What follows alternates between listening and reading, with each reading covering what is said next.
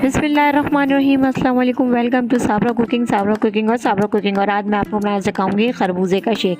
और ये हमने खरबूजा ले लिया तकरीबन 250 ग्राम, और 1 कप हम इसमें शामिल करेंगे शक्कर का, और हाफ़ कप हम इसमें शामिल करेंगे पिसा हुआ नारियल, जो कि बहुत इजीली दुकान से मिल जाता है। और ये तकरीबन 3 कप के करीब दूध है, ये नॉर्मल दूध है। और अब हम इसको मिक्सी के अंदर डालेंगे। सबसे पहले हम इसमें शामिल करेंगे कटा हुआ खरबूजा, जो कि हमने क्यूब्स की सूरत में काट लिया है। इसको यहाँ पे शामिल कर देंगे। फिर इसके अंदर हम शामिल करेंगे नारियल,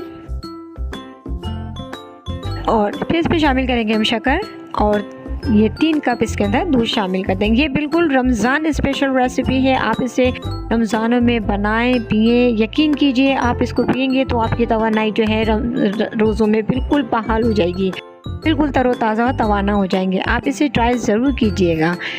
और अब हम इसे यहाँ पर मिक्सचर में इसे अच्छी तरह से हम यहाँ से ग्राइंड कर लेंगे। अभी हमने यहाँ पर बर्फ़ शामिल नहीं करी है, वो इसलिए हमने यहाँ शामिल नहीं की है क्योंकि अगर हम इसमें अभी यहाँ शामिल कर देंगे तो वो बिल्कुल बर्फ़ में चूरा चूरा हो जाएगी, और वो ज़रा मज़ा नहीं आएगा जो हमें चाहिए है।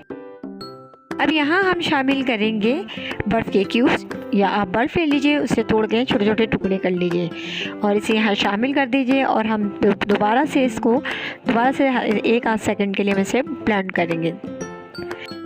तो दीजिए, ये हमने ब्लेंड करना शुरू कर दिया है, और ये ब्लेंड होकर आप यकीन कीजिए बड़ा ही मज़ेदार किस्म का ठंडा ठार सा जो है वो खरबूजे का शेक बन के तैयार हो जाएगा। और मैं अभी आपको इसे दिखाती हूँ। ये देखिए, ग्लास में मैंने इसको सर्व करा है। ये देखिए कितना गाढ़ा, कितना मज़ेदार और मीठा किस्म का जो है वो शेक बन के तैयार हो चुका है।